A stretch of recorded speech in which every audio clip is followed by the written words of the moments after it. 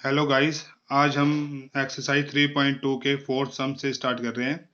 Statement है, how many sides does a regular polygon have if each of its interior angle is 165 degree.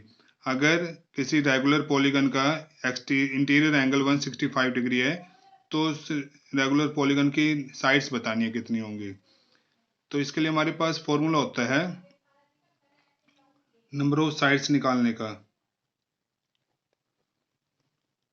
Number of sides हमें निकालनी है regular polygon की 360 degree by में each exterior angle.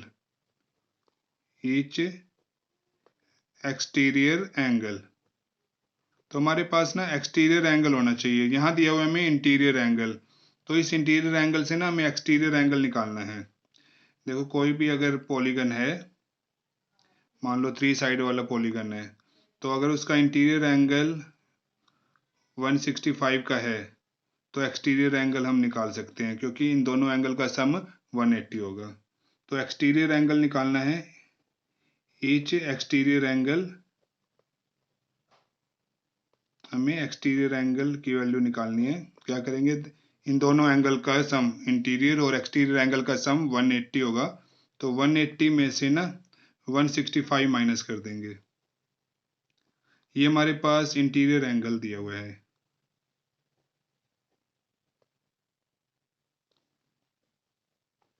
Interior angle 165 degree है, तो हमें exterior angle निकालना है। 180 में से 165 माइनस कर देंगे, 15 डिग्री एक्सटीरियर एंगल आ गया है। तो 360, अब नंबर ऑफ साइड्स निकालनी है। 360 बाय में ईच एक्सटीरियर एंगल बाय में 15 कर देंगे। 3 की टेबल पे कैंसिल कर दो, 3 5 जा 15, 3 1 जा 3 2 जा 0, फिर 5 पे 5 1 जा 5, 5 2 जा 10, 2 बच गए यहाँ से 25 4 जा, तो नंबर ऑफ साइड्स 24 आ जाएंगी।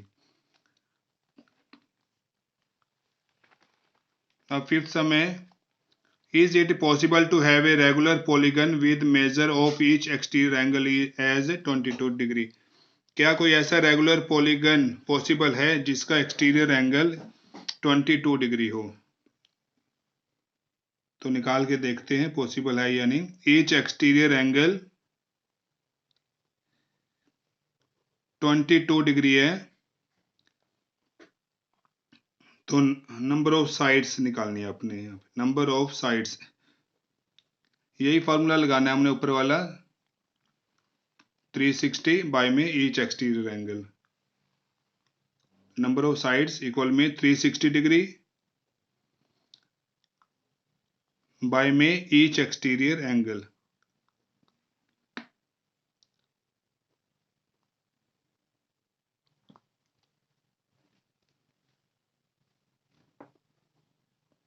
अगर ये पूरा पूरा कैंसिल हो जाता है, पूरी वैल्यू आ जाती है हमारे पास, मतलब 360 22 पे पूरा पूरा डिवाइड हो जाता है, तो ये रेगुलर पॉलीगन पॉसिबल है। अगर पूरी वैल्यू नहीं आती है तो फिर पॉसिबल नहीं होगा। जैसे अब 2 पे कैंसिल कर दिया 11, 2 पे 180। अब 180 को 11 पे डिवाइड करेंगे, 11 1 जा 11, 7, 11 6 जा 66, 4 रह गया, पॉइंट लगा लिया, 0 ले लिया, 11 3 जा 33, तो 16.3 वैल्यू आ रही है। तो ये डिवाइड ही नहीं हो रहा पूरा, 16.3 डिग्री। तो ये रेगुलर पॉलीगन जो है वो पॉसिबल नहीं है।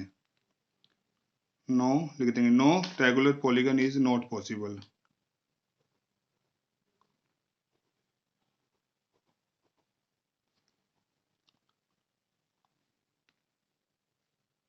इज नॉट पॉसिबल, क्योंकि हमारे पास ना यहाँ पूरी वैल्यू नहीं आ रही। या तो 16 आना चाहिए था या 17 पूरी वैल्यू आनी चाहिए थी, फिर ये पॉसिबल होता है। अब ये नंबर ऑफ साइड्स जो है ना हमारी पॉइंट में आ रही है, तो पॉइंट में नहीं हो सकती वैल्यू। अब फिफ्थ का बी पार्ट है, can it be an interior angle of a regular polygon? तो क्या ये इंटीरियर एंगल हो सकता है? तो अभी चेक कर लेते हैं इसको। इंटीरियर एंगल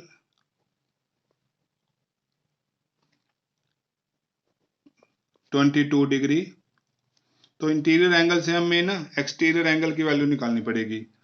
तो एक्सटीरियर एंगल कैसे निकालेंगे, मैंने आपको बताया था। इंटीरियर एंगल और एक्सटीरियर एंगल का सम जो होता है, कोई भी पॉलीगन है उसके इंटीरियर और एक्सटीरियर एंगल का सम जो होता है वो 180 होता है। मान लो ये 22 डिग्री है, ये दोनों का सम 180 होगा। तो 180 में से 22 माइनस कर देंगे तो हमारे पास एक्सटीरियर एंगल आ जाएगा। 10 में से 2 माइनस करेंगे 8, 7 में से 2 माइनस करेंगे 5, 158 डिग्री, ये एक्सटीरियर एंगल आ गया। तो नंबर ऑफ साइड्स निकालनी है हमें। 360 को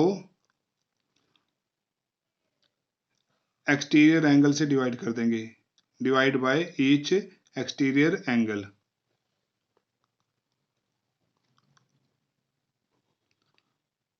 तो 360 डिवाइड में 158, 2 पे कैंसिल कर दो 180, 2 पे 2 7 जा 2 9 जा। अब 180 को 79 से डिवाइड कर दो।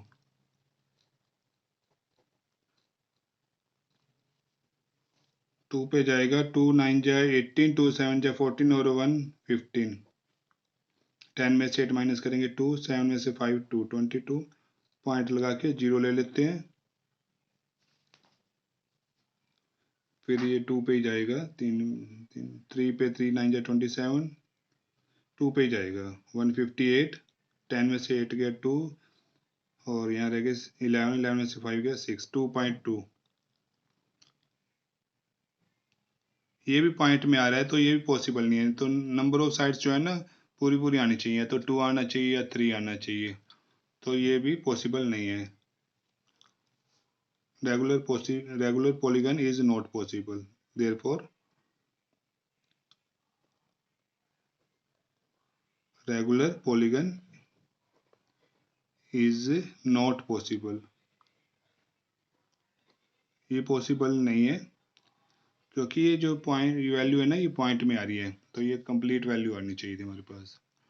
नेक्स्ट छठे समय, what is the minimum interior angle possible for a regular polygon. कोई भी रेगुलर पॉलीगन है तो उसका मिनिमम इंटीरियर एंगल कितना हो सकता है। तो सबसे छोटा रेगुलर पॉलीगन ट्रायंगल होती है, इक्विलेटरल ट्रायंगल होती है। रेगुलर पॉलीगन वो होता है जिसकी सभी साइड्स इक्वल हो, तो सबसे छोटा पॉलीगन ट्रायंगल होता है बेटा। और ये बनेगी इक्विलेटरल ट्रायंगल, जिस ट्रायंगल की तीनों साइड इक्वल हो ना वो इक्विलेटरल ट्रायंगल होता है। और इक्विलेटरल ट्रायंगल का ईच एंगल 60-60 का होता है। तो मिनिमम जो इंटीरियर एंगल होगा रेगुलर पॉलीगन का वो 60 होगा। तो minimum interior angle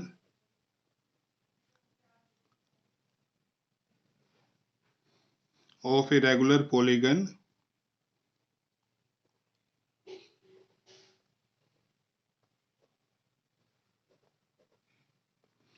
is 60 degree.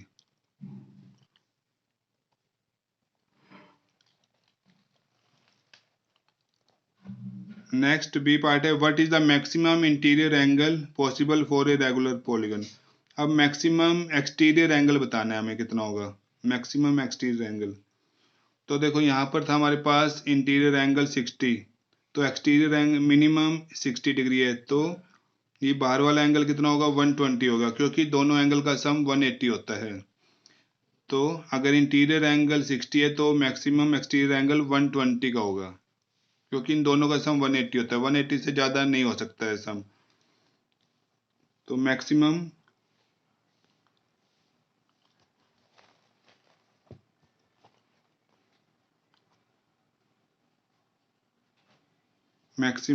Exterior angle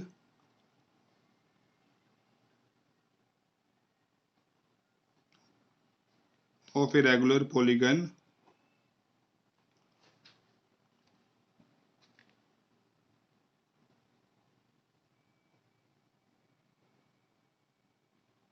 is 120 degree.